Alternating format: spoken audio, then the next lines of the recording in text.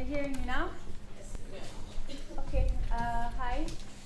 Welcome to the first roundtable of City Debates. I'm replacing Dina Khawaja, who was unable to be with us right now. Before I introduce the speakers, I want to introduce the idea and explain why we planned those two roundtables in City Debates.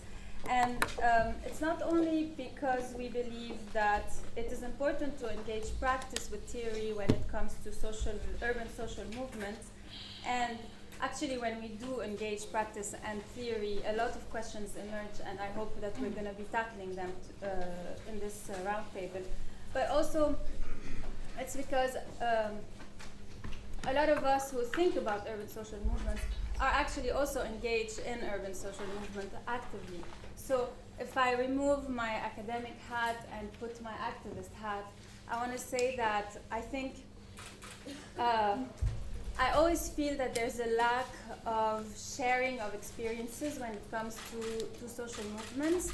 And I feel that even when we write about what we do, we don't ask the difficult questions. We don't talk too much about the difficulties that we face when we are fighting for our cities or for better cities. So the questions, instead of asking the questions at the end, I want to pose a few questions and ask of you to think about them while the speakers are going to be presenting. And one of them is, how do we fight for our urban livelihoods, for things like housing, public spaces, and how do we use our expertise or research to push for these fights? For example, what are the tools that we use? What are the strategies or tactics that we use? And here we're going to listen explicitly about cases where the tools are maps, elections, court cases, explicit protest. But I think underlying these four cases, we're going to see a lot more tactics in every one of these cases. And I want to also highlight one of the things we're looking for in this roundtable, which is what Zemni was highlighting about global solidarity and how we can learn from each other through discussion. So I'm going to introduce our four speakers. Yassara Danali it's going from the other side to me. Yassara Danali is an Istanbul-based urbanist, researcher, and lecturer. He's the co-founder and director of the Center for Spatial Justice Beyond Istanbul.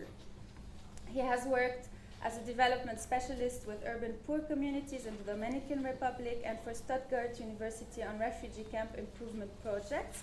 He teaches a participatory planning course as TU Darmstadt as a visiting, is that right? Darmstadt.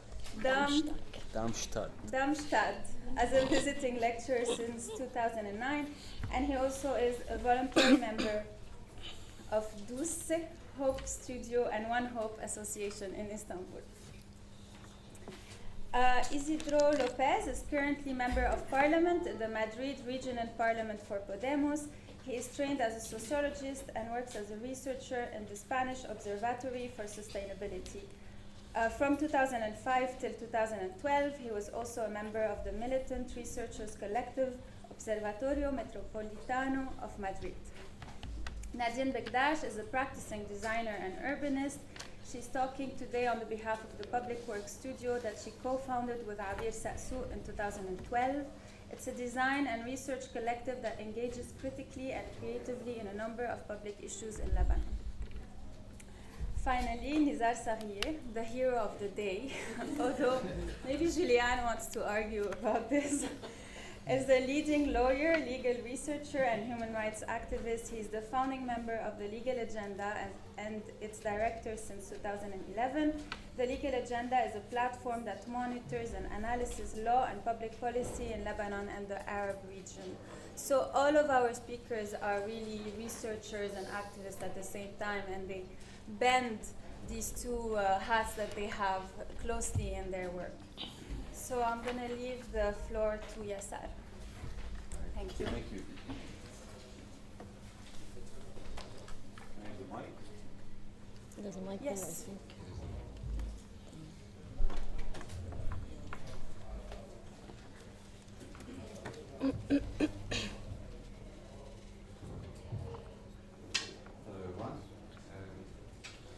last time I was here was City Debate 2013, 4 years ago.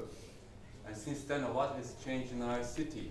And there have been a lot of spaces of capital and spaces of oppression erected in at least my city, where I come from, in Istanbul.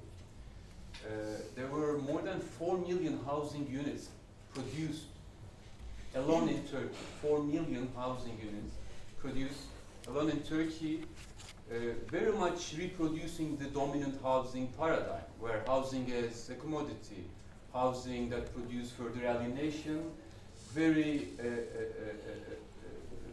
not enough attention on the public potential of housing. But the one that I will present today is rather as spaces of hope that rely a 20 years long experience of a social movement of the tenants, earthquake victims in a small town in Turkey. This photo was taken 3 weeks ago on Sunday, where the members of a housing cooperative discussing the outer walls of their, at the moment, construction of their houses in terms of energy efficiency and in terms of cost, what alternatives that they can choose for the shelling of the housing. In that meeting, I also presented them that I will be here in 3 weeks' time presenting their struggle. So there's a direct connection between you and the people sitting there, not far from Istanbul. The story of that housing cooperative, Düzce earthquake victims, tenant earthquake victim housing cooperative, goes back to 1999. There was a big earthquake in the Marmara region in the northwestern part of Turkey. The earthquake hit twice. The second one was right in the Düzce, a very small town between Istanbul and capital Ankara, that claimed many lives and demolished thousands of buildings. So after the earthquake, as anywhere that we would expect, there was an emergency shelter for almost everyone, regardless of their status of their ownership or being a tenant of the house that were demolished. So all the people from the earthquake region, they were provided a temporary shelter. But in the following years, once the permanent housing was reconstructed, then there was the problem arise. The tenants, so those who faced the earthquake as tenants were not provided any housing alternatives, because as in the case of Beirut, in Istanbul and elsewhere, tenants are less citizens and they have less citizenship rights. But they didn't want to go back to the housing rental market, where the only supply of housing was insecure, damaged houses. So they organized the mobilization, the movement start. The tenant earthquake victims first formed their association to demand their rights.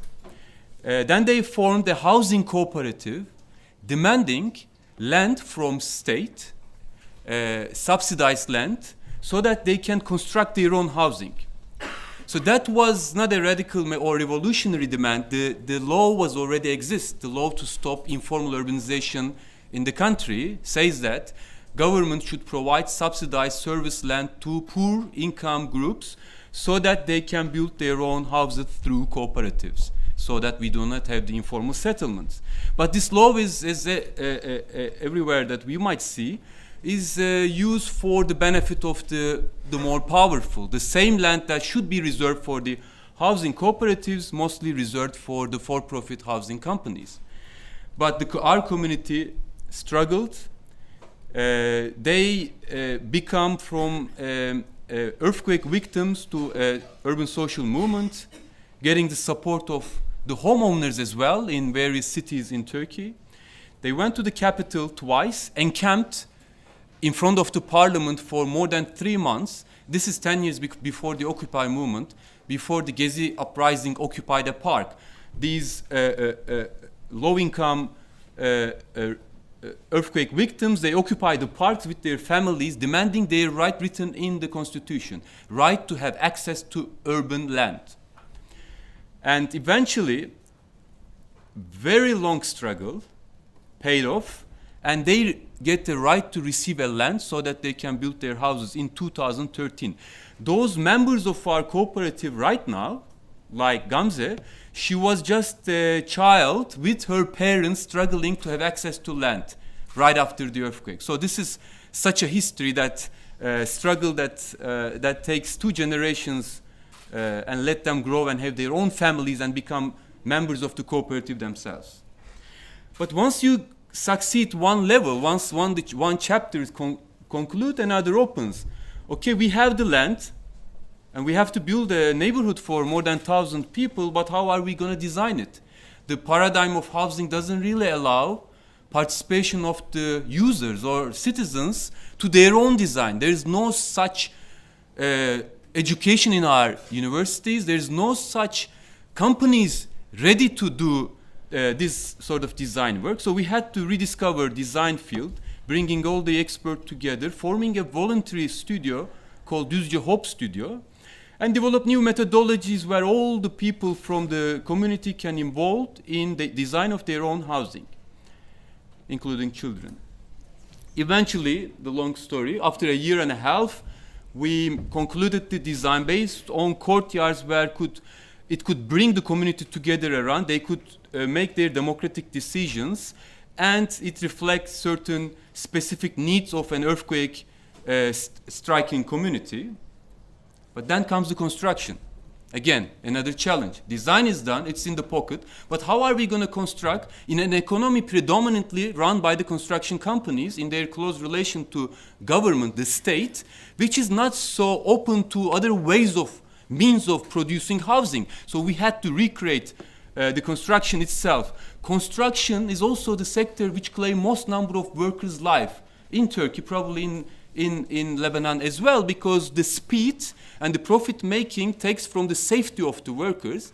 But we are the same lawyers, planners, and architects also defending the right of the workers in the construction sector. So how we can form a construction site which is not for profit, which is safe for workers, and which allows the participation of the community itself in the design and production of their houses. So food is a very big part of this construction site.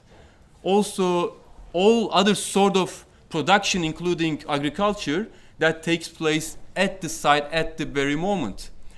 And the site allows interaction of different groups of people, like the old and the young, the very religious and the very secular, the expert and the illiterate, to allow us to have this very interesting intersections of members of different communities. And after a 6 months period, now the construction is visible from Google Earth, which is for us is a sign of almost 2 decades of struggle success that is imprinted on the territory. No? That you can see the progress of a movement of tenants in on the earth itself. And next door is the mass housing project produced by the Turkish state and sold for profit prices to the low-income groups. So we also had a challenge not to repeat the same mistake that was produced in the next door, which the most obvious mistake, the public spaces are disregarded. No sort of community interaction has been planned before. Only the interiors of the houses were sort of put into design with no input from the community members. So the first building that we are aiming to conclude is the community center that have a large meeting room and a community kitchen that will generate income for the women production cooperative within the housing cooperative. So now I took this photo 3 weeks ago. The community center is almost finished, and in April it will finish. So before the construction concluded, the social space will already be in progress. And our project is already been in national media, and we start to have international exposure as well. And as it says, it's for the people being part of the process. It's not a project, but we are building a neighborhood collectively. Just to conclude, it's an invitation for you as well to follow. At the moment, we are working on a project called hopearchive.org. It's a participatory mapping platform where different social movements can upload their video archives of their spaces of hope. And the first example we will have will be for the Düzce Hope Studio and Düzce Hope Homes. We have more than 500 videos of this experience starting from 1999, right after the earthquake. So please use this platform. It's a bilingual platform, and we can make connections among different movements around the world. Thank you.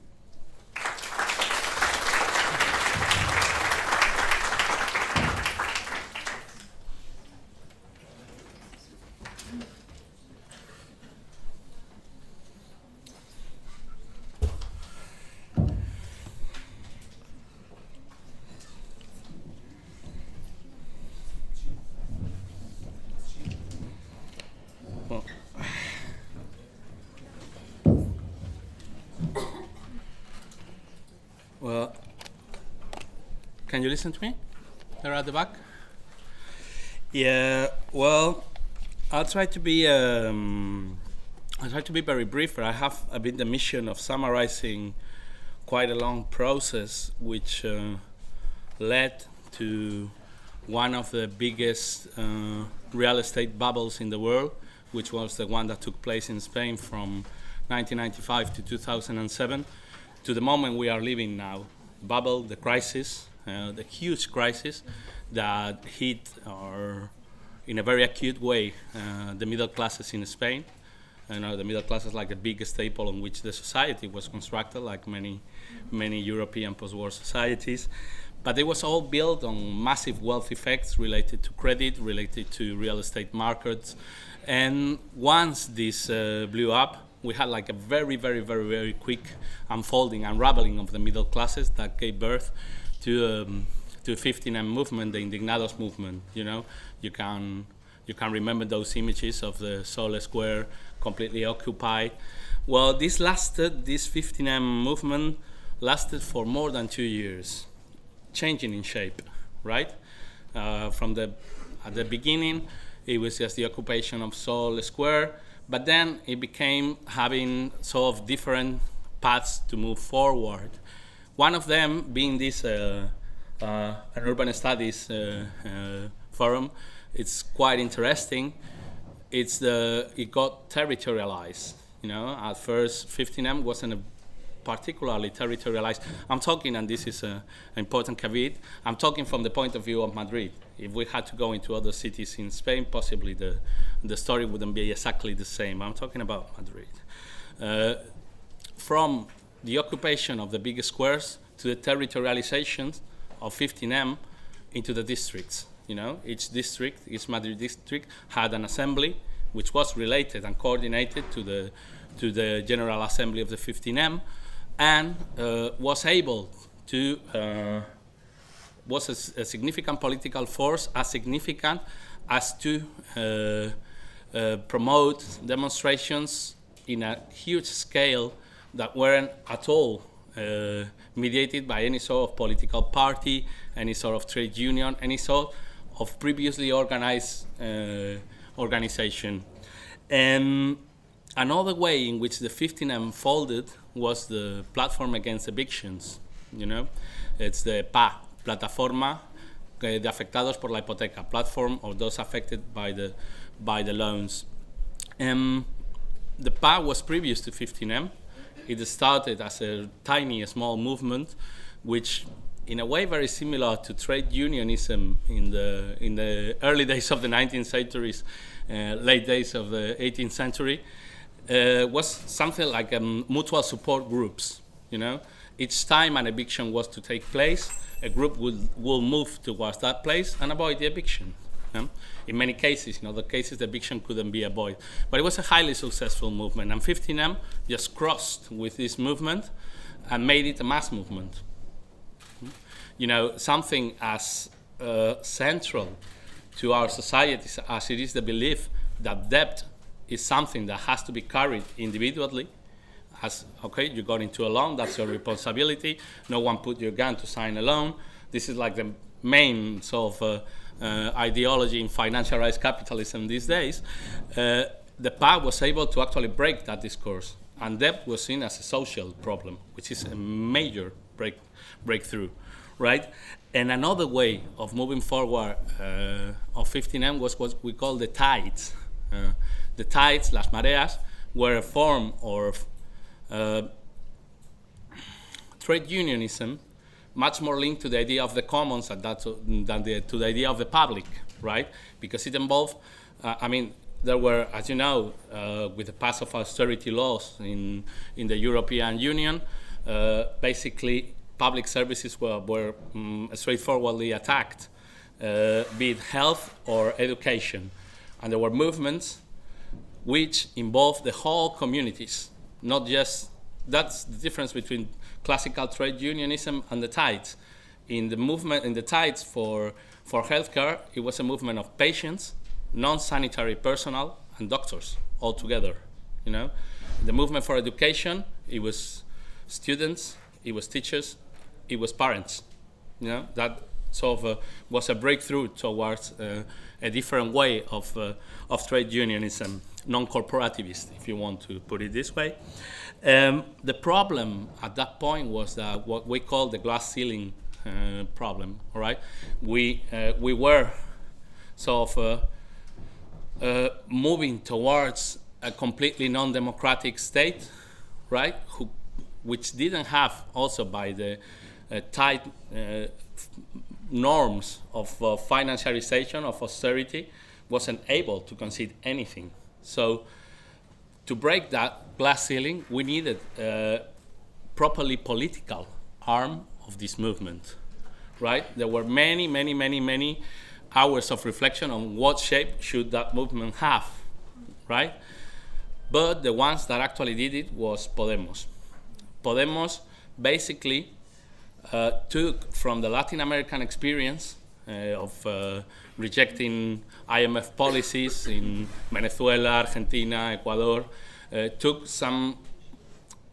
a very sort of basic view that was crucial at that point, and it is that contrary to the perception we have on the social movements, this is not about arriving to a boiling point of social movements, but rather to make a breakthrough on the political sphere that actually sort of uncorks the bottle and makes like the social just come forward to politics, and that was their main point. Of course, this was also covered in a whole populist Laclausian rhetorics that can be, of course, criticized, but that point, that very point, seemed to be right. So Podemos became a mass phenomenon that inherited the powers of 15M. It is important also to keep in mind a distinction, which I think is crucial for the future, between the social movements and the movement. This is not the same thing at all. The social movements were born in the 80s, out of the defeats of the 70s and the 60s. This is a sociological term which talks about feminism, ecologism, pacifism, all sorts of ism, urban social movements. That's a thing. The movement is a completely different thing. Here you have it easier because those of you who have followed the Arab Springs, that's about the movement. That's not about social movements, which of course can be part of that reality. But that's an important decision, an important distinction in order to make us think about the future. What role should the movement play? What role should the movements or the social movements play in our politics? Anyway, Podemos became a huge political entity very fast. In about less than 3 months, we had 3,000 circles. Circles are like the grassroots support of the party. It was like a second 15M, right? And this gave birth to the citizen candidatures, right? In the cities, particularly in Madrid, Barcelona, but many other cities as well, right?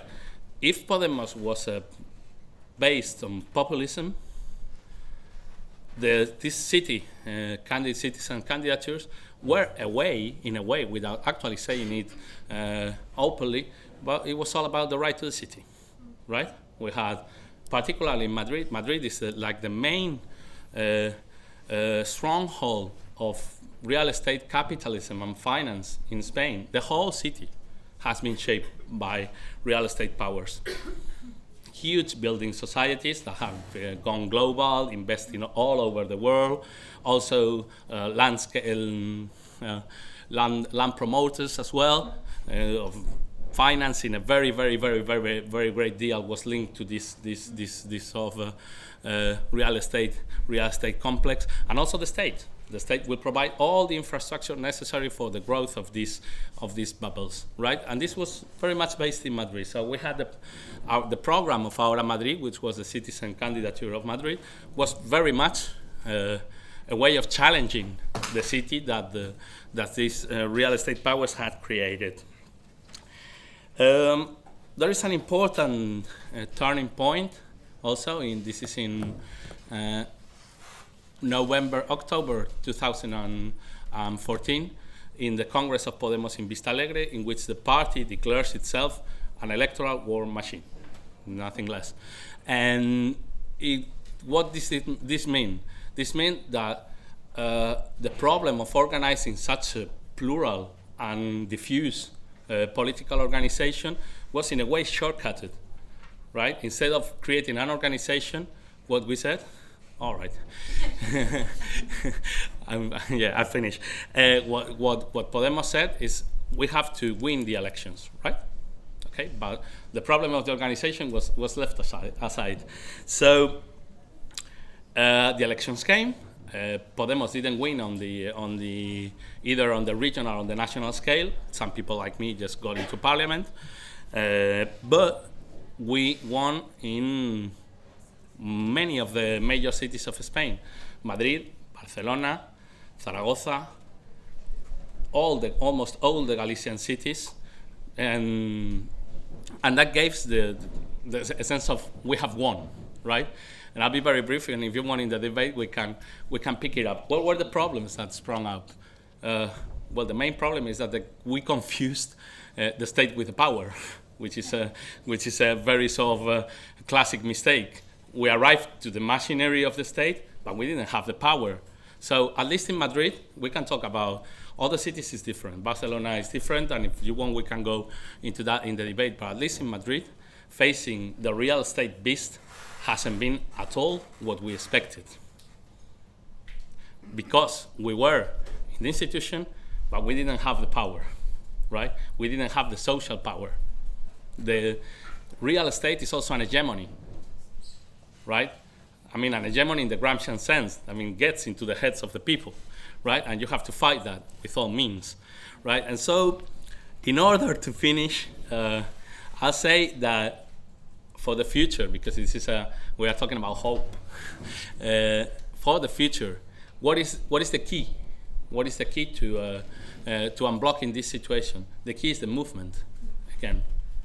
Not so much the movements, but the movement, right?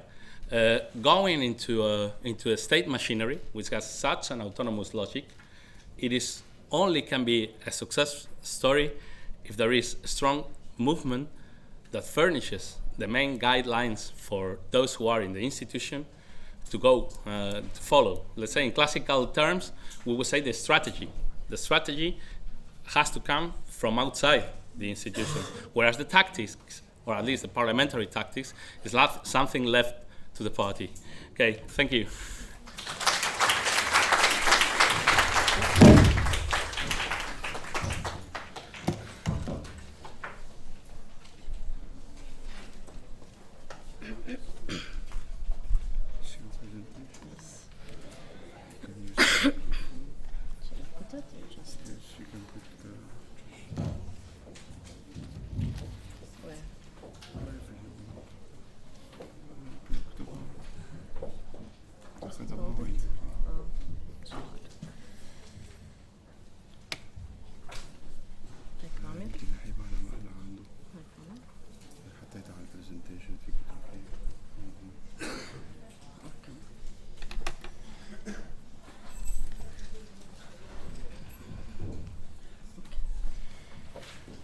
In the first floor of this building, facing the mosque in Ain Mraise, lived Jeanette since she was born in the 40s.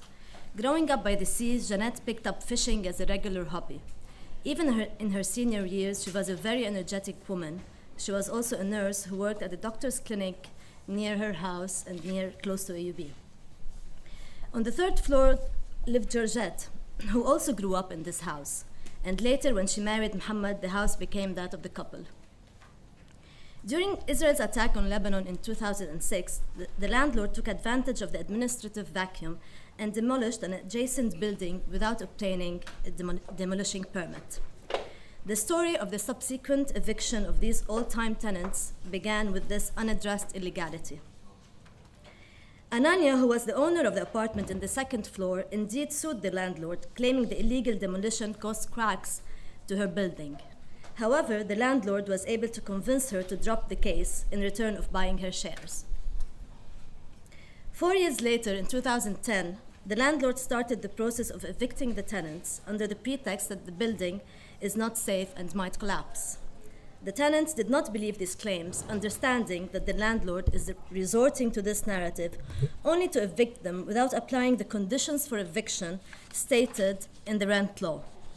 For by law, tenants who have rented before 1992, when rent control was the only rent policy and arguably the only long-standing housing policy in the country, could not be evicted unless the landlord wants to demolish the building and develop the land, or if a member of his family needs a home. And in both cases, landlords need to compensate the tenants according to a percentage of the market value of the house. The landlord's narrative was that he's evicting in order to renovate, not demolish. This building was listed as historical, hence obtaining a demolishing permit was very difficult. To pressure the tenants even further, the landlord got authorization from Beirut's municipality to cut off electricity and water from the building for the residents and the public's safety. Another 2 years later, in 2012, the landlord sprayed the building with warning graffiti, reenacting the incident of the collapse of a building in Ashrafiyeh earlier in the same year that resulted in 27 deaths. An incident that was accompanied by a mass campaign that prepared public opinion for the market liberalization of old rental contracts, disassociated from the overarching housing question.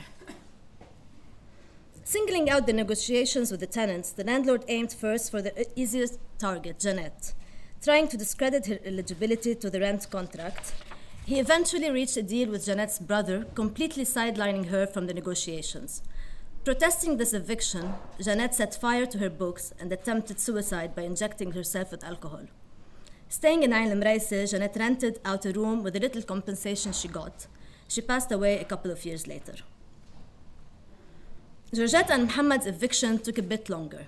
Since they resisted to the court, they resided to the court, convinced that they could prolong the process for years and at least secure a high compensation to be able to stay in their long life neighborhood, where the price of square meter has notoriously reached $12,000. However, the landlord was going forth with his plan and finally obtained an immediate eviction notice from the police. With no alternative housing provision, the couple decided to get the little compensation instead of being tricked once more by the renovation narrative, knowing that there are no public institutions that will hold the landlord accountable for renovation after they evict. Multiple scenarios of individual struggles to resist eviction have been happening in all Beirut's neighborhoods since the 90s. They have always been seen, though, as separate cases enabled by changes in the real estate market and dealt purely in legal terms. Most of Beirut's post-war urbanization is a consequence of pushing all tenants and landlords out of the city through swindling, maneuver between legal and extra-legal operations, selectivity and accountability, interference of local bureaucrats, as well as legislation and restructured state institutions that blatantly favored private sector interests, enabled private interests to draft regulations shaping the development of the city. In a country where social benefits are minimal and public institutions are dysfunctional, the fact that developing the land was directly linked to compensation overshadowed the urban and social dimension of eviction. 2 years after the collapse of Fassouh building in Ashrafiyeh, a new rent law was issued in 2014, labeled as the mass eviction law. Since the scale of resistance to eviction shifted from the scale of the household to that of the neighborhood and the city scale. Tenants' struggles to remain in place became once more a collective claim, as it did before 1992. Coinciding with the multiple tenants' protests that were organized in as many neighborhoods as possible, amounting to more than 50 protests since 2014, and there is one happening actually right now in front of the Constitutional Council to challenge a second version of the law, Laris made a protest of her own. In her protest to resist eviction, Laris vested claims not only to her house, but also on the neighborhood, weaving a counter-narrative of property. She has rented since 1968 both an apartment and a mini market in the same building in Hamra, located in the religiously mixed area of Ras Beirut. Laris has single-handedly managed the store since the abduction of her husband in 1978 during the Civil War.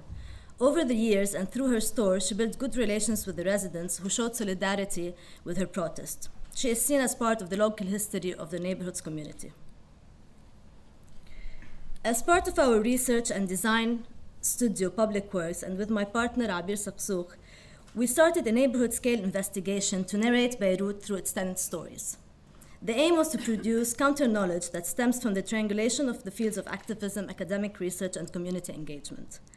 It was with this collective research project, carried out through neighborhood-based training workshops targeted at the youth, that we started documenting the scale and intensity of eviction and drawing relationships with changing in property ownership, policy making, and private interests in the formation of the built environment.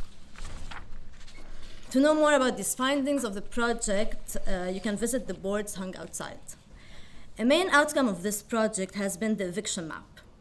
The map serves as a research tool that allows for data collection and its accumulation to read eviction as a citywide process. This is particularly significant to shift the debate around eviction from the private realm, where the process is reduced and enabled by technicalities around legal measures, to engage urbanists, planners, and city residents at large, long absented from this debate, with a primarily urban question. By overlaying the eviction map with property prices, and construction permits, such as the map developed by AUB Neighborhood Initiative, we can see how evictions and their resistance will hugely determine the future of our city. In this sense, the map can begin to inform housing and urban policies that stem from the dynamics, needs, and aspirations of the neighborhood residents to propose counter-alternatives to urban regeneration. The map locates both evictions and the anticipated eviction on the level of the building and the household. It also locates abandoned buildings. It provides information about the building, year of construction, number of floors, apartments, information about shifts in property ownership, and whether the building is earmarked for demolition are also part of the data gathering. At another level, the map is linked to stories of eviction, a neighborhood narrative, politicizing displacement and reinstating the daily struggles against eviction within the realm of the political. The map is also a representation tool that brings forth a historically rooted narrative about neighborhoods, a history from below of people and the relationship to place. The map is actually now being developed to become an interactive online platform map with the assistance of Majd Shahabi sitting right here. Thank you.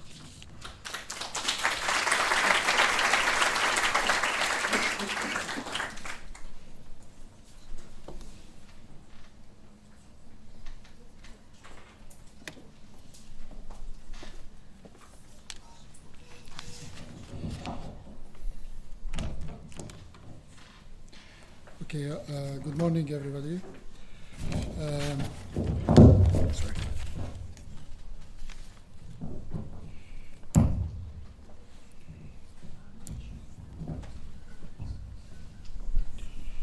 Okay, I have to make some apologies to start.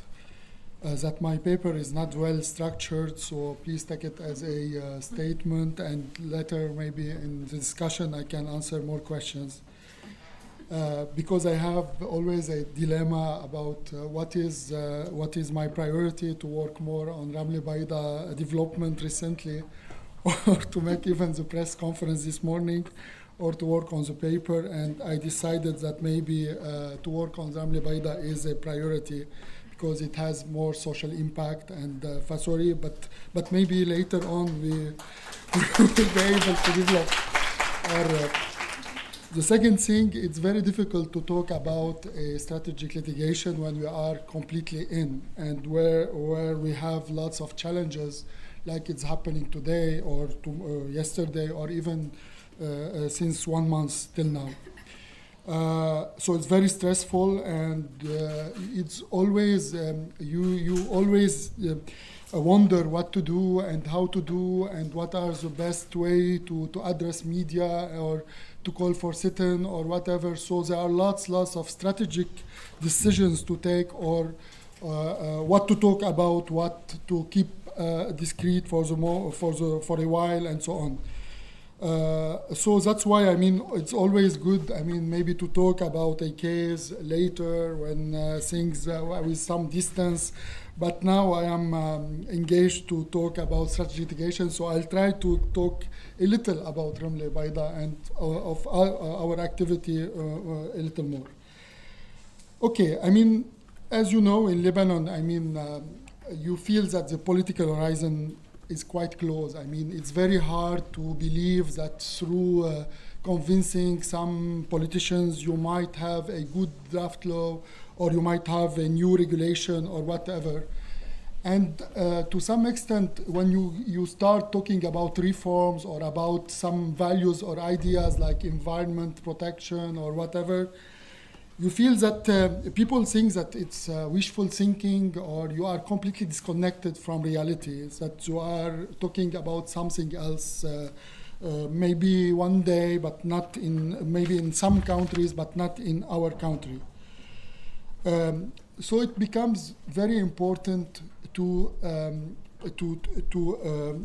fix this disconnection. To say, no, it's reality. I mean, we are not talking about something which completely out of reality. It's something that can be done, can be respected. Some interest, there is no reason to marginalize, for example, the environment concerns forever. I mean, we should take it into consideration. We can no more wait for that. And in order to succeed in that, we choose to use this tool of strategic litigation, or to more precisely to the tool of conflicts through judiciary, to bring the social cause or economic cause to the judiciary, to the arena of judiciary, and to to perceive the judiciary as being a theater, or for this to be implemented and to be talked about. And so we started this actually not with environmental issues, but we started a long time ago, and it was more on marginalized identities. And the idea then, for example, how to fight for refugees' rights while it's not popular, so it's unpopular, so it's very difficult, it's more difficult maybe, or how to fight for domestic workers or for homosexuals, or even disappeared or disabled and so on, while we know that these causes are not particularly popular, and they might concern only the communities. So how to create a public debate on that through judiciary? So we thought that maybe because they are not popular and because they are subject to irrational ideas or irrational a priori, the good place to talk about them is judiciary. Because there we can use the judiciary as a platform for rational debate. So nothing is granted. You cannot tell me that homosexuals are like animals or like I don't know what. You have to talk about what is it against nature, why it is against nature, and what are the considerations you are building your idea on that. And when you talk about refugees, you cannot convince me that you can detain them forever in the general security prisons without even having a judicial sentence. You have to tell me why you are detaining them. Disappeared, you cannot tell the families that if they talk about their disappeared beloved, that they are threatening the peace, the civil peace. You have to tell them what kind of threat it is and how you conciliate their rights to know with the social stability. So these are the questions we raised in front of judiciary. And on all these issues, we won many, many cases. And sometimes we didn't win everything, but at least we made some step forward in what we call rationalizing the thinking about these issues and getting more. So we force the state or others to give their argument, and to give their argument in a legal form, because when we are in judiciary, they have to, they cannot say anything. They have to come with legal statements. And we forced also the judge, of course, that's part of the process, to make a decision by the end. And of course, we created legal agenda in order to talk about this in a very specialized way, so we can inform people about the real dimension of such litigation, so they will take into consideration what we are doing, and they can support the idea. In most cases, those unpopular cases, we were not talking about them in media a lot. We were always trying to be a little discreet about it. We talk on media once we win the cases, because like that we have already done the work and we want to enforce. And the enforcement is another battle, of course, and I will talk about it. And in Ramla Baida, since 1 month, we are doing the battle of enforcement of decisions. So for example, the most famous case of enforcement was with the refugees, that the General Security decided that the judge cannot give him what he has to do, what they have to do. So, I mean, we had to go to media in order to make a popular case, how to make a popular case of refugees in Lebanon, in saying that the General Security is not respecting judiciary, and that threatens everybody. That threatens security of everybody. And we succeeded really to have to convert an unpopular case to a popular case, because we were talking about the importance of respect to judiciary.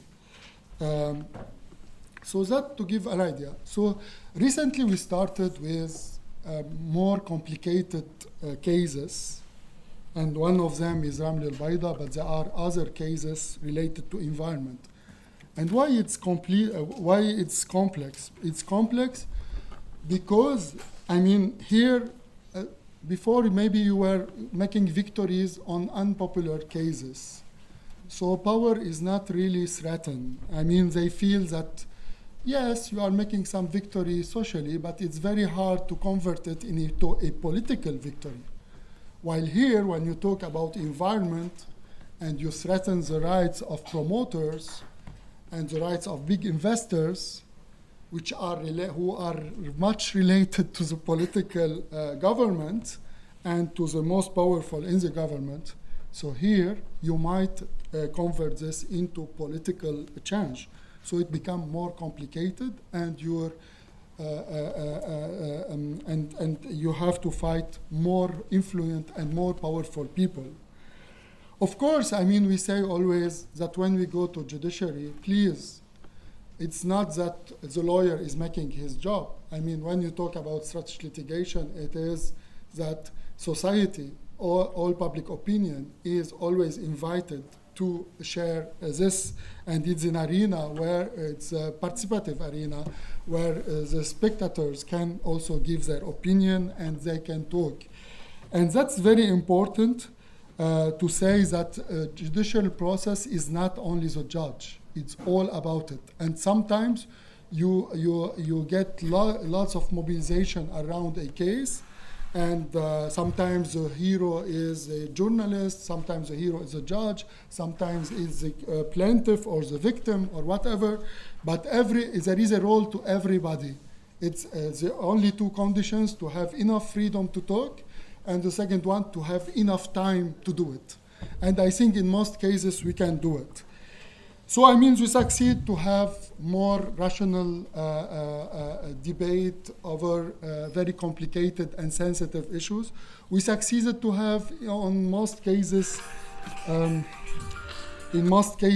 more mobilization and more social movement around those cases. The third thing, which is the main objective maybe, is can we have more justice in Lebanon through this process, while the problem of the independence of judiciary is questioned. I mean, here I can put all what I talked about enforcement of decisions. So imagine that in order to enforce a decision related to Ramli al-Bayda, we had to get 2 other decisions. And so now we have 3 decisions to stop the execution of work, and thanks God, the third decision is still now respected, because they said if you do any violation, you will pay $100,000. So it becomes something serious. So they stopped it. But of course, in order to enforce this, we were invited people to many sit-ins. So maybe we did till now 5 sit-ins in order to enforce those without talking about press conference and so on. The hardest thing is that, for Ramli al-Bayda, we saw it. The company was violating the judicial decisions in front of everybody, and it was a big threat for all democracy and for all the legal system. But what they are doing in the dark rooms, what they are doing now with judges who are and how they talk to them, it's not the big violation is made in front of our eyes, but what can be also the degree of violation of independence of judiciary in the closed and the dark rooms with the judges. So yes, we are very much concerned when somebody is able to have such violation, to be able also to have lots of tools in order to intimidate the judges or to influence on judges. So the fight continues, and we think that when we raise lots of public awareness and public opinion about it, the judge will think not only to the most powerful people, but will think also how he will be accountable in front of the public opinion. And that makes that we are always talking about this, and we make more material to address the public opinion than material to address the judge in order to protect the judge. But in most our cases, and I finish by here, most of our cases, every time we are struggling for a right, we finish by struggling for the independence of a judiciary. So there are 2 related things, and I think that if we and it's a condition, of course, in order to have more justice in the country. So tomorrow, what will happen? I don't know. I'm very afraid when you call me a hero, because maybe in 1 week, if we lose, we feel completely responsible of this defeat of society. But I think if we succeed in every case to have more participation and more rational debate, and to promote the interest of marginalized, or the interest of whom nobody is taking into consideration, we are giving more chance for more justice afterwards. And I finish by here. I think maybe I cannot promise anybody, I cannot raise expectations about the Ramli al-Bayda, but I am sure that what we did till now was very good in order to have more awareness about environment and the protection of environment and littoral and access to littoral, and more mobilization around judiciary. And we met something on the level of independence of judiciary of enforcement. So whatever will be the result, we can use this in other litigation and in other cases later on, and the fight continues. Thank you very much.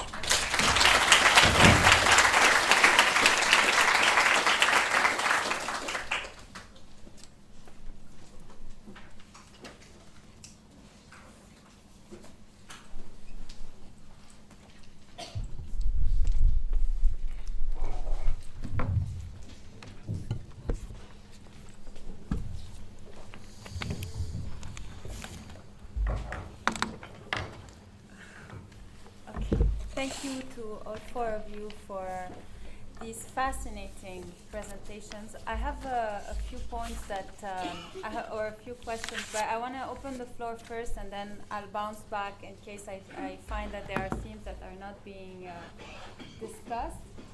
We have 40 minutes for discussion, maybe a bit more if you want to, but 40 minutes according to the program. Who has the mic?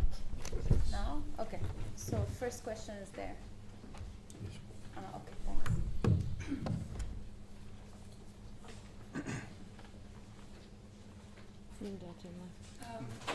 Thank you first for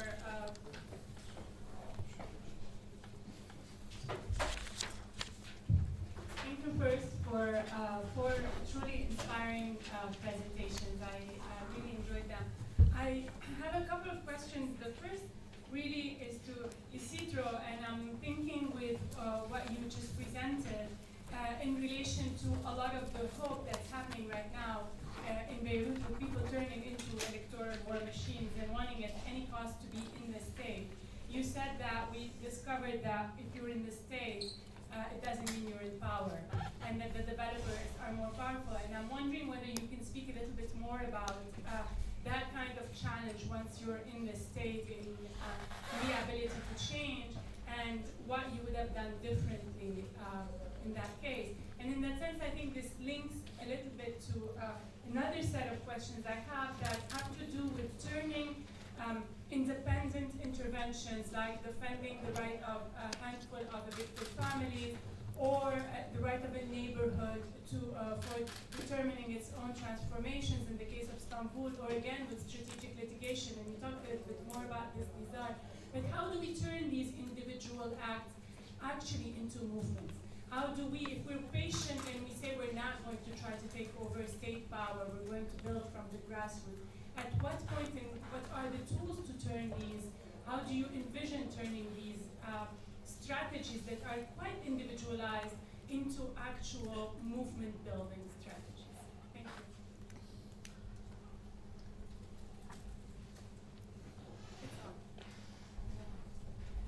To follow up also on the next question, you just mentioned that you put organization aside and you wanted to win so that you can focus on winning the election in your presentation. We did the same with the unity, and I was wondering what happened after winning the elections, because we didn't win the elections and we were overwhelmed with the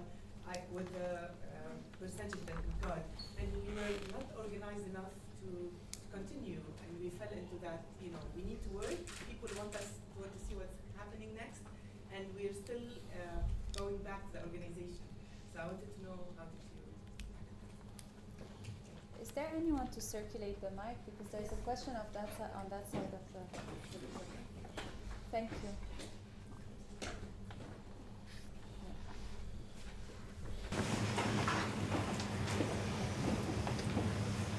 Thanks. And it actually follows on from the two questions. I mean, you mentioned confusing states with power, but you also mentioned that you didn't win, Podemos didn't win nationally. It won in cities, and I wonder whether, in some ways, you don't confuse city with state. I mean, to the extent, if you contrast it with what Nizar was telling us about. I mean, is he going to the judicial, going to the state to fight issues happening in the city, whilst you went to the city to effectively try and fight issues happening at a more macro state level, and perhaps that might be one of the issues. One last question here, and then we'll go back to the speakers.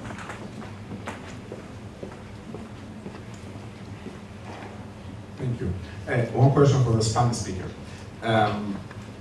I must say that I'm missing the connection between the movement and the electoral results. I mean, do we perhaps? I mean, there are at least two ways to see that. The first way is as a diffusion through the electoral arena and through the official institutional politics. The other way is to see it as a transformation, as a metamorphosis of a movement into something more concrete, but at what cost? I mean, do the institutionalization and the participation to representative politics is not opposing what the May 15 movement was basically demanding.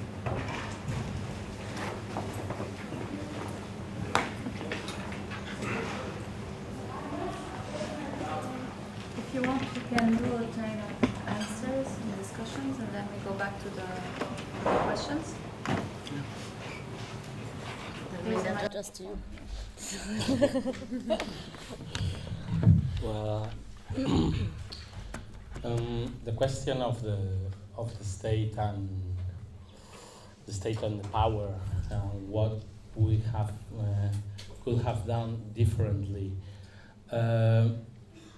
Let's say that, of course, this is a classic political question, but we haven't posed ourselves this question for more than 30 years.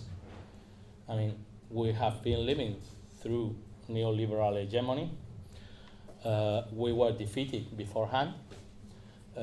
We built social movements, urban movements, in the scale and the extent that we were left to do so, but these were spaces of resistance, right? Where we kept, and in a way, 15M or similar movements all over the world couldn't have been possible without intelligence accumulated in those spaces of resistance. But all of a sudden, we were thrown into completely different questions. What does it mean to win? Now we can win. What does it mean to win? Does it mean just getting into the institutions and being able to push some policy changes? To what extent? What kind of policies are possible in those conditions? Or is it winning socially? Because it's possibly the second. But things were so rushed, happened so quickly, and the kind of questions that we were faced to were so alien to us for so many years that, of course, it was much more the informal current of things of the movement, this non-organized movement that was 15M, La Foule down the streets and all that in the old George Rude style, that pushed up to these positions without having a debate on what does that mean. Of course, we know now institutions are battlefields. Of course, if we held a position, and I think the most intelligent view of what we are doing in the institutions now is conquered positions, right? But those conquered positions doesn't serve any point if there is not something that is more dynamic, pushing us towards the conquest of power, not of the state. Because in most cities in the capitalist world nowadays, the actual powers do actually fight the battle of the institutions. They have them conquered. So that you have to struggle once you are in there, and your power is social power. There's no other way to fight in this battle. So, but we have learned that the hard way. The hard way. There's still things to be done. This is not closed. For example, in Spain, the crisis is not over at all. There's not going to be such thing as a recovery. Not in Spain, not in in the rest of the world, if you ask me. So we are not going to live a context of prosperity very soon. What we are going to live are the long consequences of the crisis and more and more and more social unrest. So we are going to have to work with that, and this is like a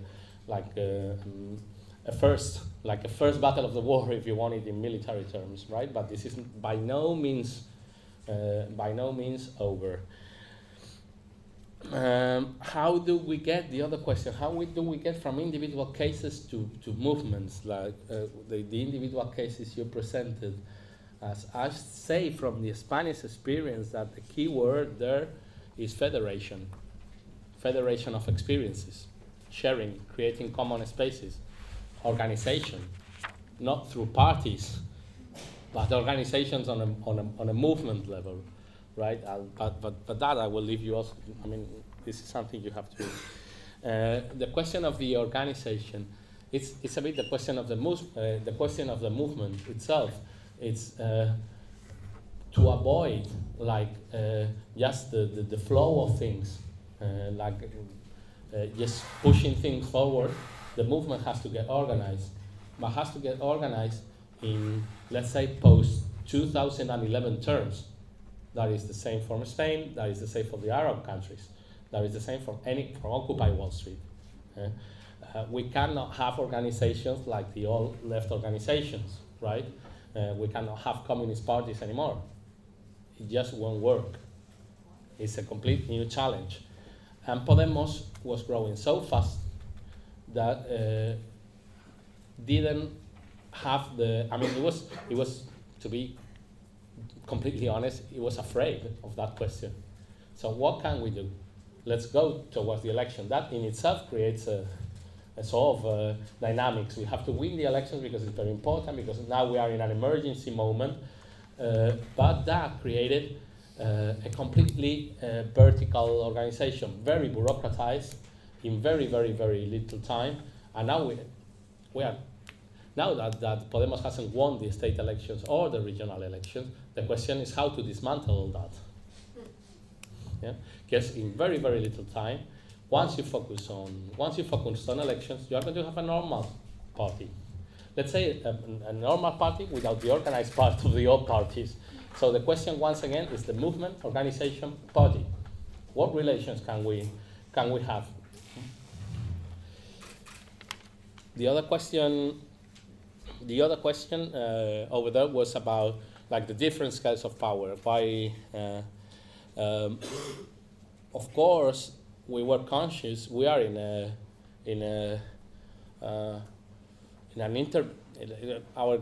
Spain is nowadays an appendix of the policies in Europe. So there are many things that cannot be tackled directly on a city level, right? But still, there are some things that can be done at the city level, because all this long cycle of financiarization of real estate hegemony has actually had its object on the city. You know, it is the reproduction of capital happens in the territory, and that in Spain we have seen it clearly. And there, city and local powers have the power to actually say something about that. Of course, it's not the whole story, but there is a way of saying things at that level. Once again, the key word there is federation. If there is a federation of local governments against certain policies of the state, against certain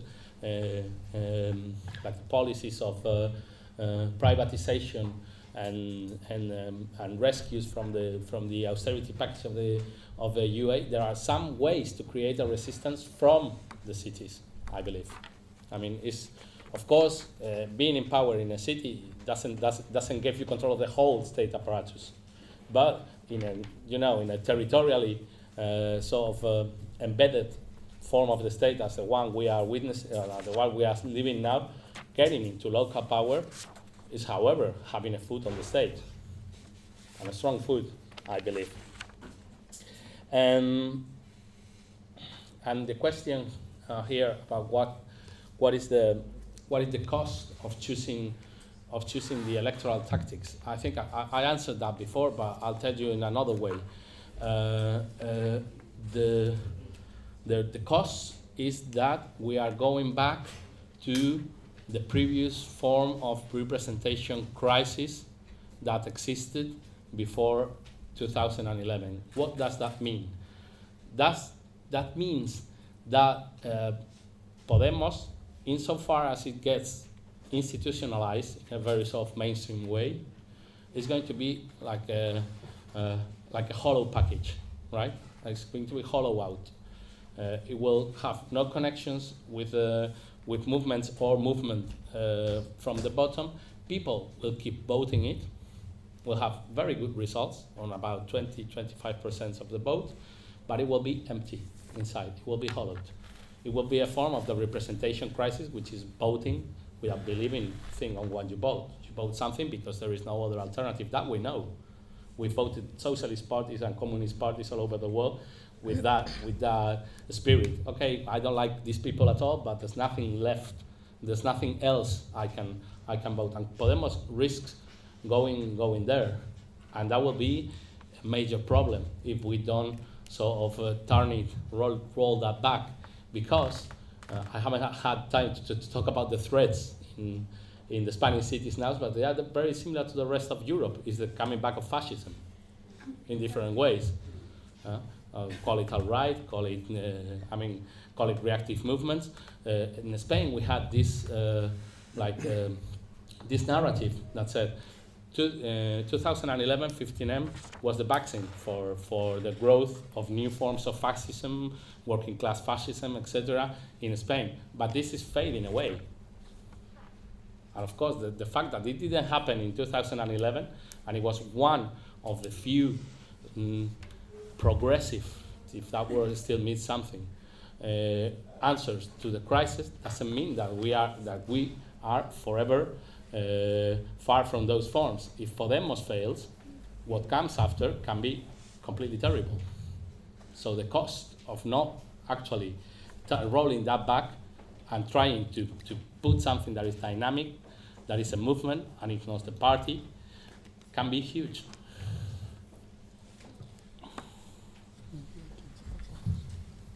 Okay, just I answer Mona about how to make of individual case or a collective one.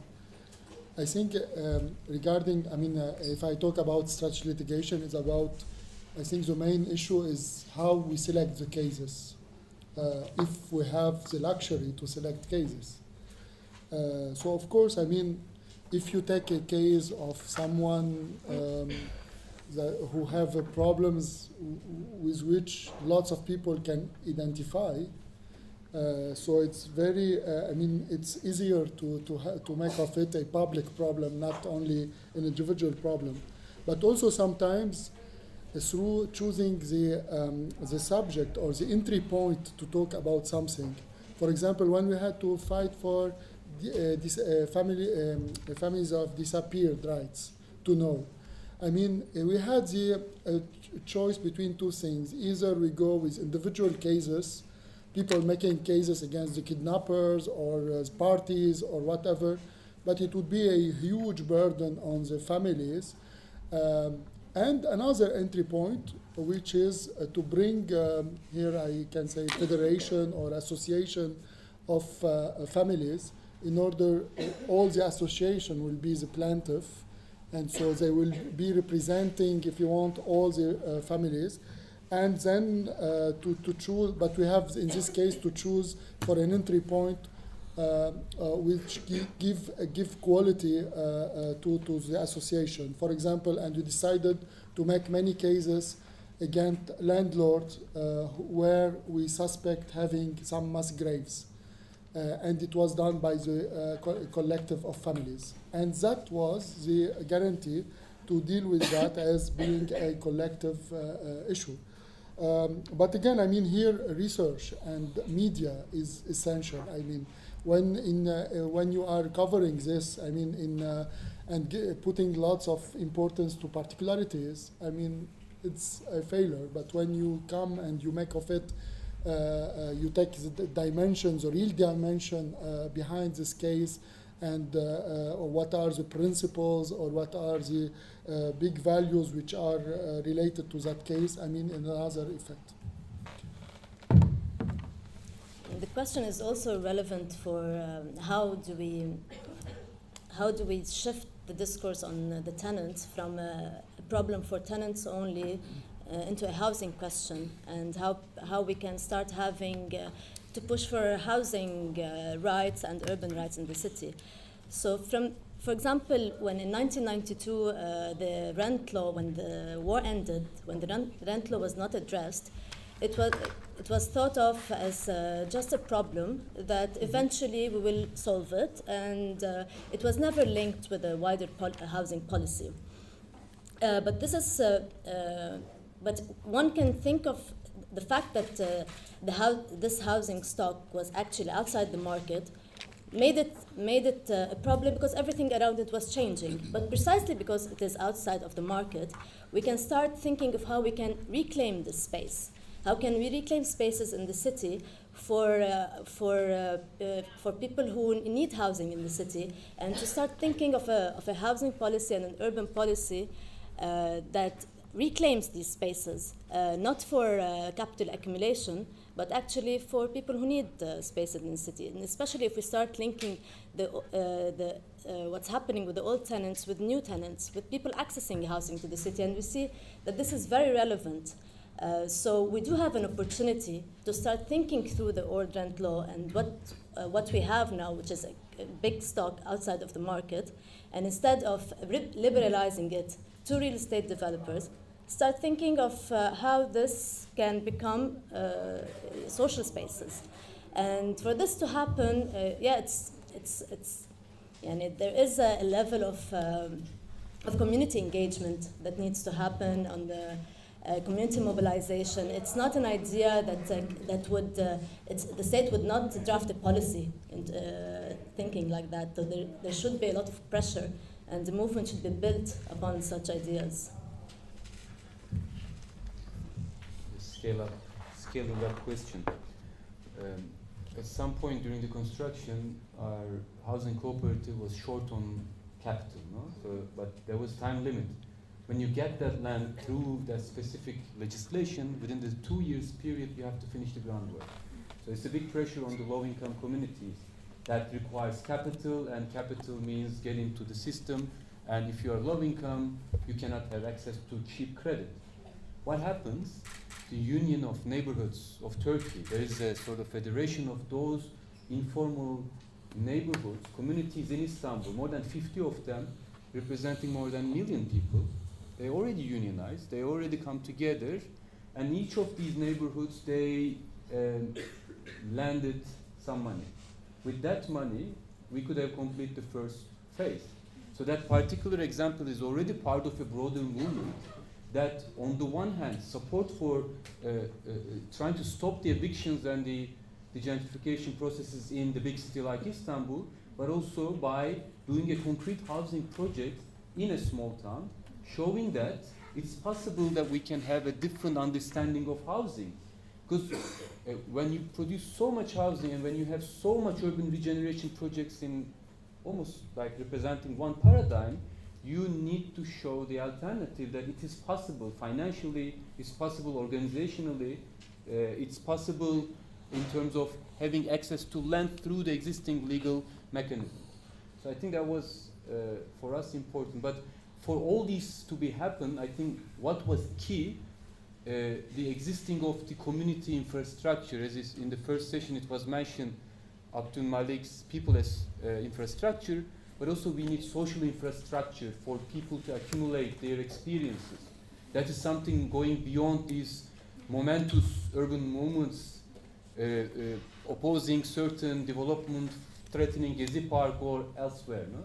We need organizations so that the communities can invest in 20 years' time. They could empower themselves. So social, existing communities, social infrastructure, associations, cooperatives, whatever the form it takes, was crucial. But that wasn't enough.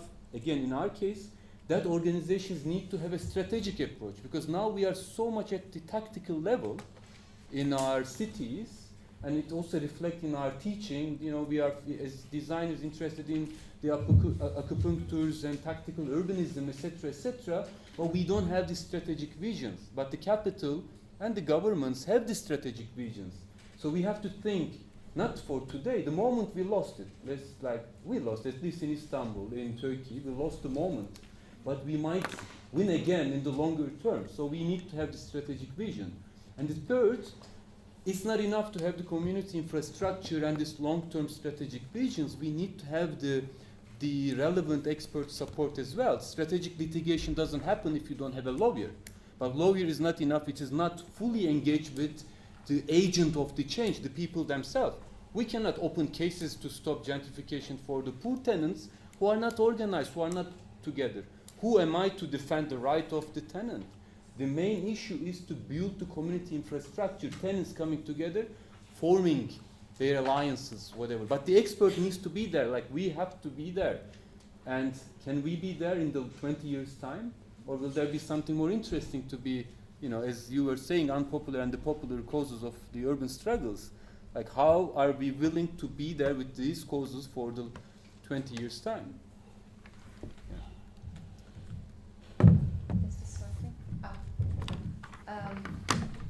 Before I get the mic back to the floor, I want to say that this is building a lot around something I've been thinking about your intervention, which is the issue of power that Isidro highlighted, and the question that I have on how do we build leverage? Where do we bring the power from to change things? And I think Nizar highlighted some very interesting tactics around mobilizing public opinion in order to have a decision applied, for example, and we're starting to talk about collectivizing individual struggles or the importance of being organized and even being organized among organizations, so federations.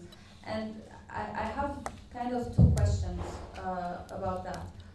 First, to Yasar, you jumped from 2002 to 13 when the cooperative won the right to have a land to build on, but you didn't tell us too much how this was won and how they were they able to build leverage, especially on such a long time. I mean, we all know that we don't have maybe the energy to work for so long and to mobilize for so long if we have no win over 10 years.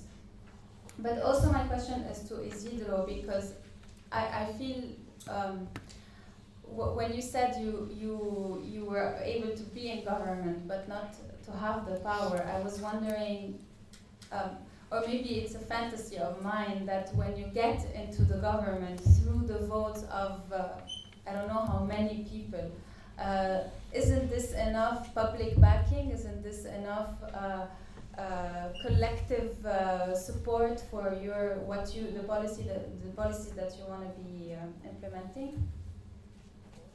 We can get more questions, I think. Who has the mic? Two questions there. Is this one? Yes. Yeah, I can't get it. Okay, I have a question for Nizar. They're three-part questions, but Turn on the mic. Turn on the mic. Yeah, that's what I thought. Yeah. There's another one. Just getting closer. في عندي صوت ما بس. قربي أكتر. Fine? Yeah, okay, there we go. Okay, so how is it that you can balance between using the judiciary, as you said, as an arena where you can fight for the rights of marginalized communities and at the same time for the right to the city, but at the same time I know from the articles that you write is that you use the judiciary also as a target that you want to criticize in terms of the independence of the judiciary or the relationship between the judiciary and the media, appointments, so I'm wondering, how is it that you balance this out between drawing the judiciary as the ideal arena at this moment, at least, since the state is not that, to fight for these rights, when the judiciary itself is also a mirror of of the corruption that exists in the political system. Also, another question is, how is it that the legal agenda and the way that it has used the judiciary had changed the behavior of certain individuals within that institution? if it were by the legal agenda or the cause lawyers that worked with you, the way that they target particular judges because they know they would rule differently on different things. Okay, that's when you saw it. Okay, and one last thing, I'm sorry, but is the way that you use it, maybe, and I respect very much strategic litigation and what the legal agenda does, but is that maybe expecting too much of an institution that at some point makes me forget how corrupt it is? Okay. Another question that's for the entire panel, and that's something that you brought up in the first discussion questions, is about, because I always thought about this, the differentiation between activists and the marginalized, which is something that also you had just mentioned, the marginalized community and the activists, which is in a lot of protests, especially in an urban environment, you tend to use very targeted issues because it's easier to collect people from different social and economic classes around a particular issue when it's more direct. But then when you get to the bigger structural problems, that's where the confusion sort of hits. And I'm thinking, what can be done to expand the debates within activist communities where you would mend the gap between these two, to include not only targeted issues that would describe a social conflict, but actually describe solutions to the social conflict itself as a structural problem. That makes sense. Okay, that's it. Thank you very much. So I actually have maybe a comment, and am I allowed to make a comment? No, really, a question. And then I'll invite, of course, your reflection on it. And this has to do with, of course, the issue of the state, which has been raised since yesterday, and the quandary that a lot of us seem to have on whether or not we should work with it or we shouldn't work with it. It seems to me this quandary has to do with the fact that we seem to see there is only one type of state. And either it is that one type, either it is very good or is very bad. But the reality, of course, is not like that. The state is a very contradictory, actually, phenomenon itself. The state is both servicing and also surveilling. It's a punisher, it's a provider. So we like it and we don't like it.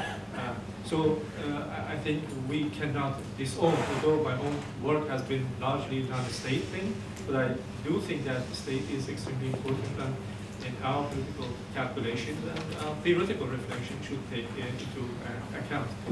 But also, which state? So are you talking about liberal democratic state, autocratic state, dictatorial, and so on? I think these things matter. I think, the very role of social movements have been, classically has been that you put pressure through mobilization, unity, put pressure on the adversaries, the most important being the state, to actually change things, to change legislation and so on for the better, right?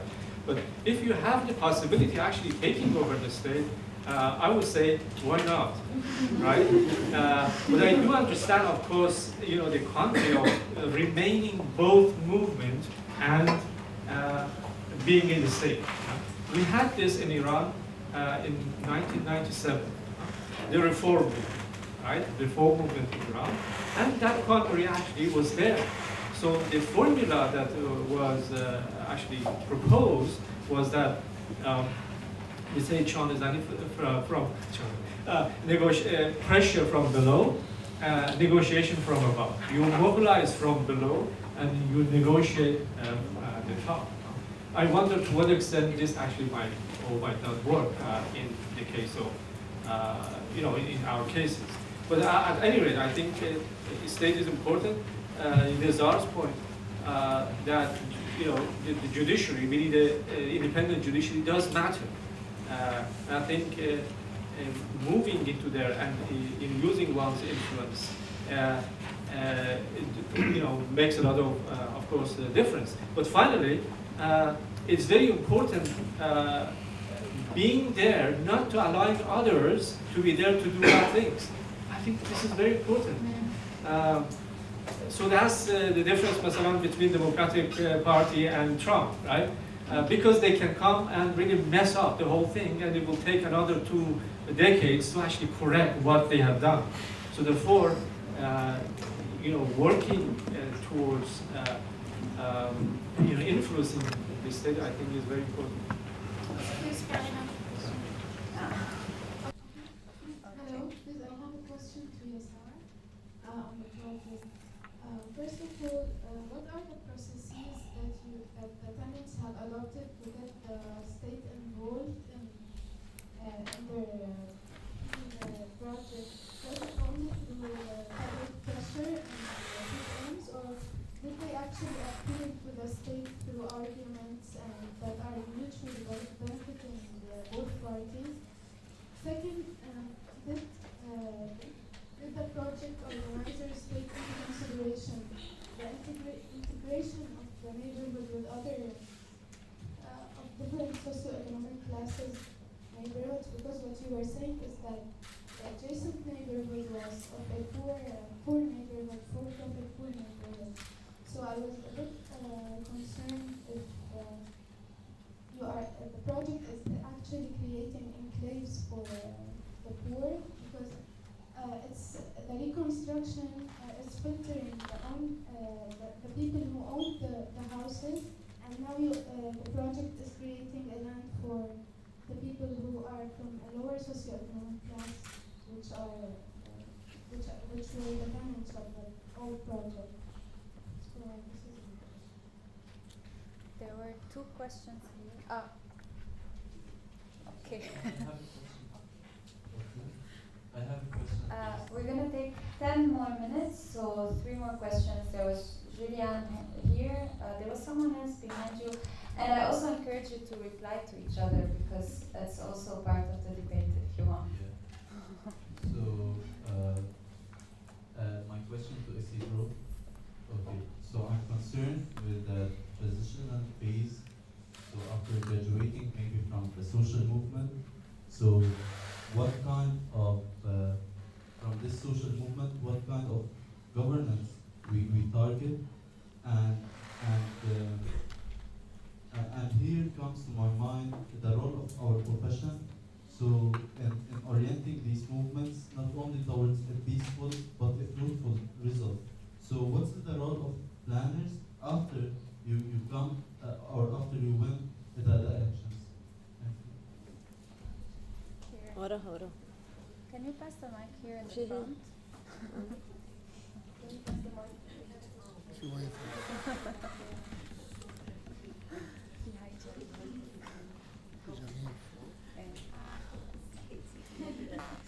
mic was confiscated. I'm sorry. Thank you for giving me the floor. I just wanted to say this was extremely inspirational. Thank you very much. And the way you presented it also, Dunya, at the beginning, about the different tools you're all working with: design, maps, participatory planning, elections, and then the judiciary. My question was following up on Asaf's comment about the different types of states, which we should not think about so only nationally, but also within one national context. I'm just going to give you a very small example, again from Mexico City. So the city of Mexico I mentioned earlier on is very good at doing very beautiful laws and plans. And then just next door in the state of Mexico, which is part of the metropolitan region, I was just a few days ago in a place where you had a sign basically saying if you throw garbage in the river, you will have 21,000 months of minimum wage fine, which is absolutely ludicrous, right? All your life you're going to pay your wage as a fine for throwing garbage, right? So these sorts of rulings are made by different types of states within one national state.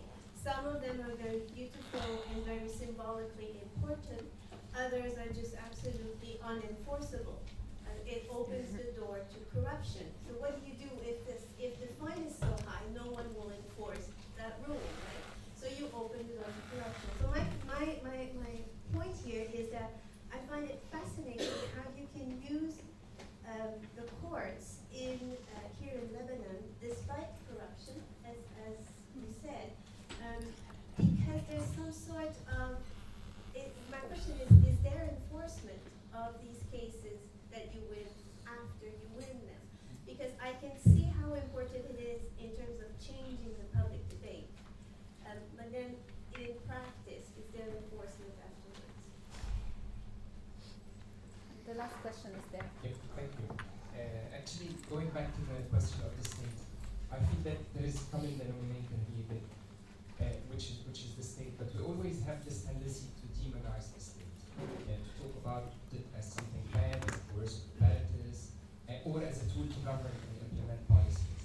But what we can learn from this, specifically in Nizar's case, is that the state is a source of justice, and this is how we should construct the state, this person, in Lebanon or in anywhere, even in Spain or in Greece or anywhere. If we don't turn to the state to realize justice, to whom we turn then? And therefore, my question is, to what extent are we able now, specifically after this court decision, to hail the state as something good? Not necessarily state institutions, but I'm talking specifically the state as an idea. So should we not start to construct the state as something rather positive, as a source of justice, without necessarily being normative, in order to bring about change?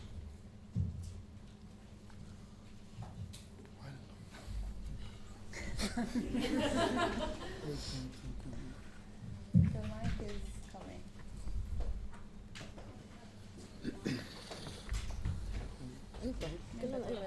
Who wants to start? I can start. Yeah. Thank you. Quick start. What happened between 2002 to 2014 once the community got the land? It was a very long, let's call it a strategic litigation process. 7 years. The whole court cases took 7 years. It went all the way up to the highest court, and eventually the court, the state, conditioned the government to provide that land. So it was the case was won by the community and their legal representatives. But that wasn't only the how they got the land. Was okay. One part was the strategic litigation, but there was also discursive level politics, strategies that was present. People, first the local community and the city itself and the broader community has to be convinced that the tenants has rights, right to reconstructive housing, right to have access to land. And that requires a social mobilization, that requires an urban social movement. So in the town, which is the smallest province in Turkey, this town that we are building the houses, it's only province because of the earthquake so that the development can take place, right? 80,000 people living there. And the housing cooperative collected almost 40,000 signatures from everyone in the city saying that we want these tenants to have access to land. So that was a big pressure on the state side as well. They couldn't say that there are so many tenants, why would we provide land to you? No, because we have the support of the whole community, whole citizens behind. So that was, I think, the legal process has to go together with the direct actions and also broader convincing of the broader civil society that these are should reinforce each other. I disagree with the fact that when we deal with that sort of, let's say, targeted communities, they are not really homogeneous, and in many cases it's much more difficult to convince or to work together with, let's say, more disadvantaged populations because there is a huge diversity within these communities. In that particular case, one case that I explained, there are members of the housing cooperative that are extremely religious to the level that they wouldn't even want to be in the same room with female, for a male I'm talking. But then you have the designer with piercing. So, that's bringing these sort of extreme complexities together, and within the low-income community as well, there's a diverse income differences, even though they are all tenants. And bringing them together and let them work together for their rights is a big challenge. And for me, as being from the activist circle, I think that's a larger challenge. How to really do the people who vote for the government that we all oppose, how to work with them. There's no like simple answer for that. And half of our community, maybe more than half, are actually voting for the government, voting for supporting the state that we so much despise. But how are we going to work with those people who support the system itself? And in terms of marginalization of the community, well, it is low-income groups housing, but again, there is diversity. It is not so-called marginalized part of the city, and it is not a project. What I presented is not a project. It is the project is the outcome of a longer movement, no? So it's the cooperatives' demand and cooperatives' product. So it is not up to us to say, let's make it more diverse income. Let's invite middle classes or the higher classes. That was also the debate. Like if we reserve only like 10% of the units for higher incomes, we could easily finance the whole project. But that wasn't the purpose. It is the housing for the low income, a decent housing for the low income tenants living in that area. Well, I agree totally with Hasan's view of the state as something contradictory, and I didn't imply that we should reject the state. We are in there, so we cannot. We are not going anywhere for the moment. We are staying there, but what we want is to question ourselves of which are the ways of actually fighting that battle inside the state. Right? It has to be said, I mean, I'm totally with Poulantzas and institute theory of the state, something as a battlefield, to summarize it. But we come from a situation with a totally unequal correlation of forces inside the state. Neoliberalism, and answering also to your question, why cannot we talk about the state as something positive as such? Because what differentiates, let's say, Marxist view of the state and a social democratic view of the state is that for social democracy, all these years of neoliberalism has just been the triumph of the market and the rolling back of the state. Whereas for us, it is the market that has conquered the state. In no way there's a rollback of the state in many countries. Finance has used the state very, very, very much for their own purposes. That's why we cannot say it's just good, right? Because we face a moment in which the state has been conquered by finance, has been conquered by neoliberalism. There is one thing that once you are in there and work in a parliament, you can also see. Of course, this is all about force correlations, but there are some institutions with with a degree of autonomy that even with a favorable correlation of forces still work for the old regime. I mean, it's not all about class struggles inside the state, to say it in Marxist terms. Some of the institutions are designed in order to keep the order on its own basis, right? And there is also a third question, which relates also to the question of why votes are not enough. In Spain, and particularly in Madrid, and in some other places, I mean, some of them will have the same experience. Neoliberal hegemony, or neocon even hegemony, hasn't been fully played only on the state, by creating a whole plethora of radio and television stations, of papers, of social movements from the right, of think tanks that works in a constellation of thought creating and sort of hegemony creating, but without being the party in itself or parties itself, but rather a social constellation, right? When in Madrid we got to power, we immediately had to face those powers, which are scattered on the social body. and there's also a battle to be fought there, right? That's why I believe this is.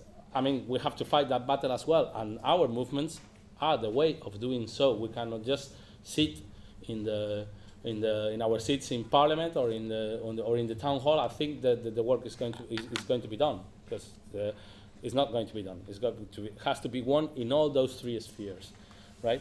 And just a thing before finishing, regarding to the state as source of justice.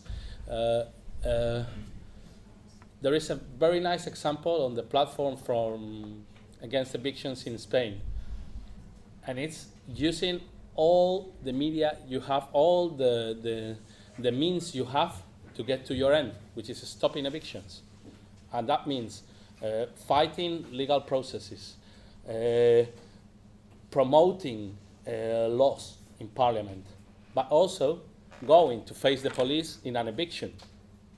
You know, it's like all the social. It's like being very pragmatic.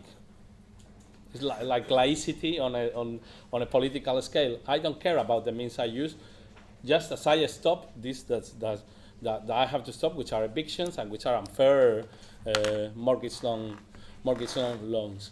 And just to finish, the role of planners, you ask about the role of professionals in general. Well, it's something that is not clear at this point. Let's say that all communist parties had, like, their cadres, the professional cadres, in an organic relation to the party. They belonged to the party, and they were a part of it. In our movements, that relation hasn't been created yet, and that can create a lot of misunderstandings between the professional view and the activist view, or the politician view. In no way, in the Spanish case, that has been solved. There's still a lot of misunderstanding. But that, if you want, rolls back to the question of organization. How are we going to organize? What organic role are professionals going to play? Not only planners, but lawyers, historians, social scientists. What role are we going to play in this new cycle, right? I will try to reflect on the question you asked about scales of how one interferes as activists in different scales. And I think it's important to work on multiple scales. Like, for example, in the project that we did, for us, the focus on the neighborhood scale would actually allow policy to form by understanding the dynamics of spaces of a neighborhood scale, and understand how the production of the city can take diverse forms. So when people, for example, have a say, when you look at the history of neighborhoods and how they were produced, and about the narratives of people in relation to their neighborhoods, you see how diverse the production of the city can become, and how people can imagine their cities in a different way. And then from this, one can start to form policy recommendations. And this can become actually a methodology where you start forming the notion of the right to the city. So working on multiple scales is important to push for this idea. Okay, I think I got many questions which are very, very difficult, so I'll try to, it needs more time. First, yeah, of course, there is corruption inside judiciary, and we are denouncing this when we have documents. But when we talk about corruption inside judiciary, we have to be very objective and very well documented. So in this case, it would not be a attack against all judges. Even some judges will feel that you are defending them when you denounce corruption inside judiciary. So they respect your work more, and they would love to be a partner in promoting a human right when you go with a case, because they are suffering of the corruption inside judiciary. The good judges are always suffering of the corruption inside judiciary because they don't have good positions. So these judges, you can go to them and make cases and win. That's first. So you have to be objective, and you have to tell people. So that's why our slogan is three things. First, litigate. When we litigate, we we are bringing important causes to judiciary so that we are somehow inviting them to have another perception of their roles. They have a more social role. Sometimes the judge is very honest, but he is not very much used or encouraged to take positions against the power. When you bring a social case and he feels that he is now in front of a very important case, it becomes a political actor. And the second thing, so the first is litigate, second is monitor, and the third, defend independence.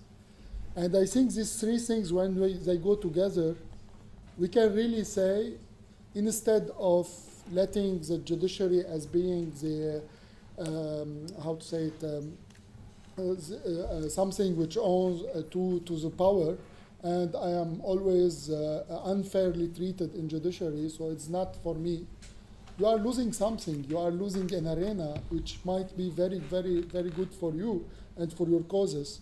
I mean, and that's what the government is trying to do. When there is lots of talk about corruption, now you hear political people who are very, very much involved with corruption talking about the corruption of judiciary. And that's happening in all the Arab countries. Why?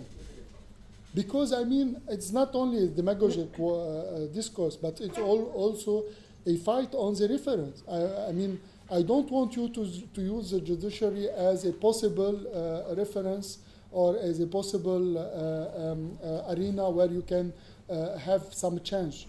I am the only one who can provide you change, the politician, so you have to come to me. So I mean, this discourse of corruption that you hear everywhere on judiciary, which is true in part, is not true as much as we say. And when we say the parliament is corrupt, I see much less people refusing to go to parliament because it's corrupt. Then when judiciary is corrupt, we don't go there. And then we forget often that the judicial process is very interesting per itself. I mean, when you have a possibility to say what you like, I mean, actually it's one of the most democratic institutions, because any citizen can go and say, I feel that is my right, and this is my right for these reasons.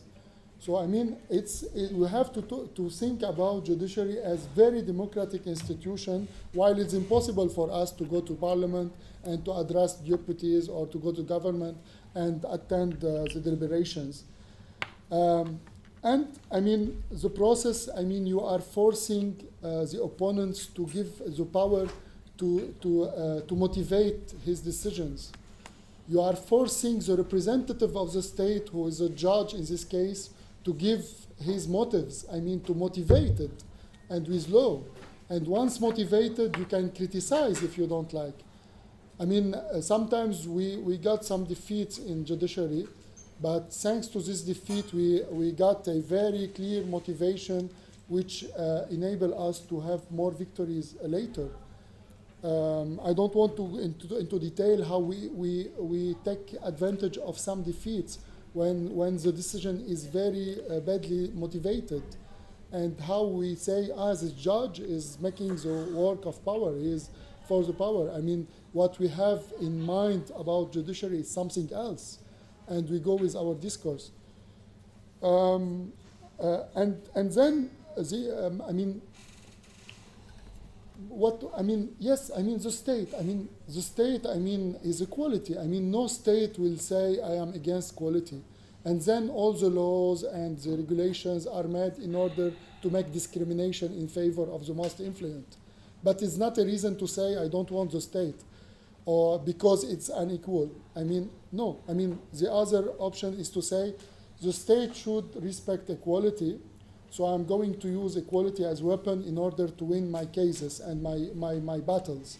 And that's what we are doing. We don't want to say law is not ours and judiciary is not ours.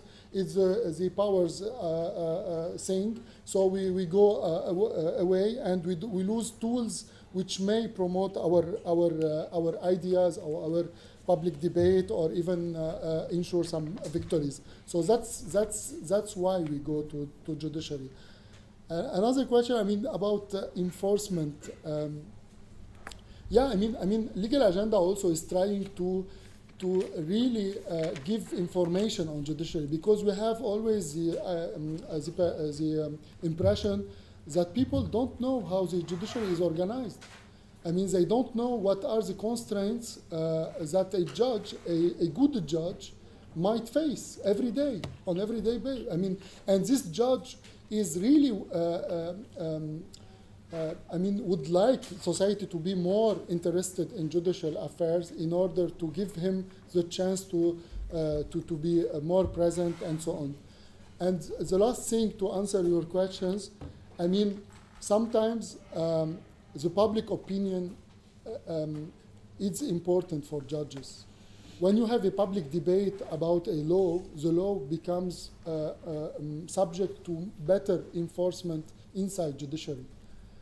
I have in mind the law on domestic violence. Once it was, it made lots of public debate, and once it was adopted, it was applied very well by many judges, because it was very well debated.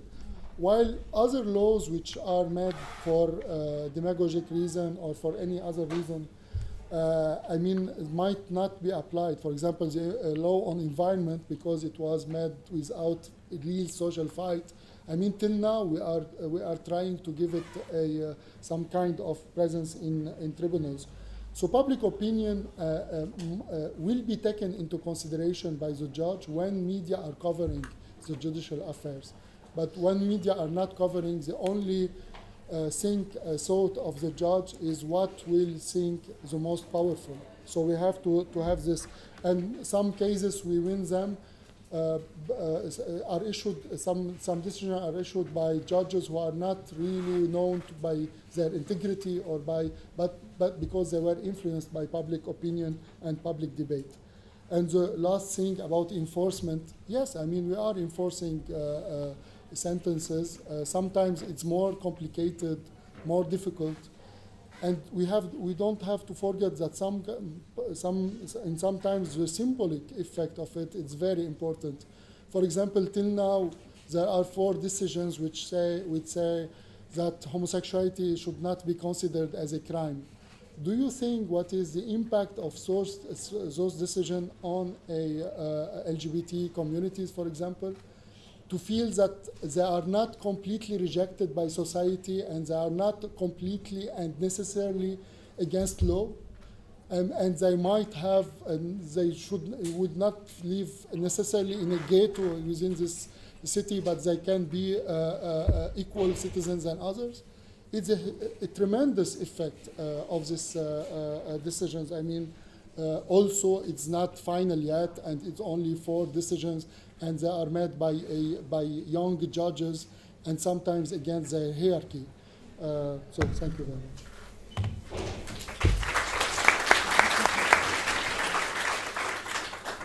Thank you, everybody. It's off. For the discussion, we are meeting again at 3, so let's be on time. Thank you.